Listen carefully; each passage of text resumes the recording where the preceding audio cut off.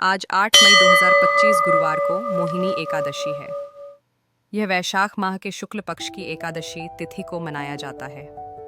आइए जानते हैं इससे जुड़ी कुछ कथाएं और बातें। आखिर क्यों है इसका इतना महत्व, क्या करें और क्या न करें।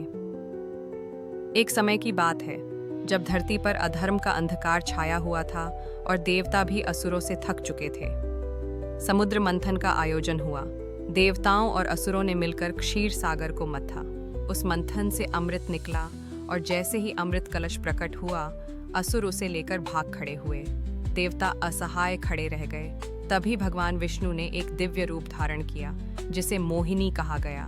यह रूप इतना सुंदर, मोहक और अलौकिक था कि असुर अपने हाथ से अमृत छोड़कर उस स्वरूप को देखने में मग्न हो गए। मोहिनी रूप में भगवान विष्णु ने असुरों से अमृत ले लिया और देवताओं को पिला दिया।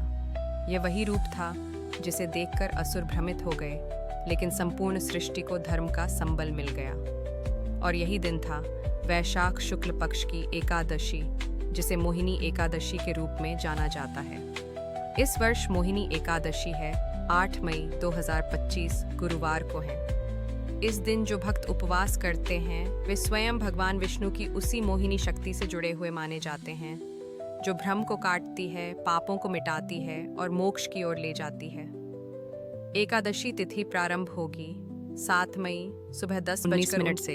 एकादशी तिथि समाप्त होगी 8 मई दोपहर 12:29 तक है। पारण उपवास तोड़ने का समय। 9 मई को है पूजा का श्रेष्ठ समय, विजय मुहूर्त। 8 मई को दोपहर 2:32 से 3:26 तक है। पूजा के लिए उपयुक्त समय 8 मई को सुबह 5:35 से 8:17 तक है। पूजा विधि सरल लेकिन प्रभावशाली है। आइए जानते हैं। सुबह स्नान कर लें। स्वच्छ पीले या सफ़ेद वस्त्र पहने।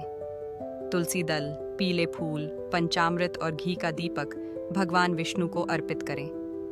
ध्यान रखें कि इस दिन अनाज, मसूर की दाल, चावल, प्याज, लहसुन का सेवन न करें।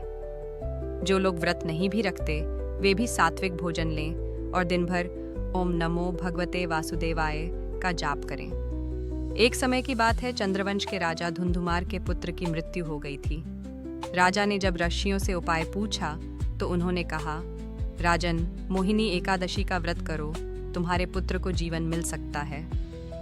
राजा ने पूरे नियमों से यह व्रत किया और आश्चर्य, उनका मृत पुत्र फिर जीवित हो उठा। तभी से यह व्रत पुनर्जीवन देने वाला व्रत भी कहा जाने लगा। मोहिनी एकादशी केवल उपवास का दिन नहीं, यह भ्रम, मोह, पाप और दुखों से मुक्ति पाने का माध्यम है। जब जब जीवन में भ्रम बढ़े, मोह उलझाए, तो भगवान विष्णु के इस दिव्य रूप का स्मरण करें और देखें कैसे जीवन में अमृत उतरने लगता है।